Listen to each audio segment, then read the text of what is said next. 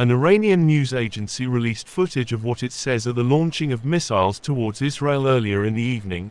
Iran fired ballistic missiles at Israel in retaliation for Israel's campaign against Tehran's Hezbollah allies in Lebanon, drawing vows of a sharp response from both Israel and the United States. Israel said more than 180 missiles were launched into Israel from Iran, and Israeli air defenses were activated to intercept them. U.S. Navy warships fired about a dozen interceptors against Iranian missiles headed toward Israel, the Pentagon said.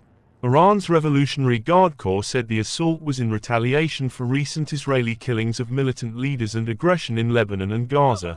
Its forces used hypersonic Fateh missiles for the first time, and 90% of its missiles successfully hit their targets in Israel, the Revolutionary Guard said. No injuries were reported in Israel, but one man was killed in the occupied West Bank, authorities there said. A former commander of the Islamic Revolution Guard Corps, IRGC, and current legislator says Iran's missile launchers are fully loaded to give a firm response to any potential Israeli attack following the country's retaliatory Operation True Promise 2 against the Zionist entity.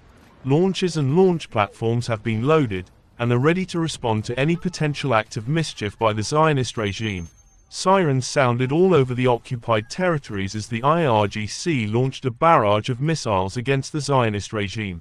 Flares and missiles were seen in the Tel Aviv sky, and explosions could be heard in the occupied Al-Quds, prompting illegal settlers to flee into shelters.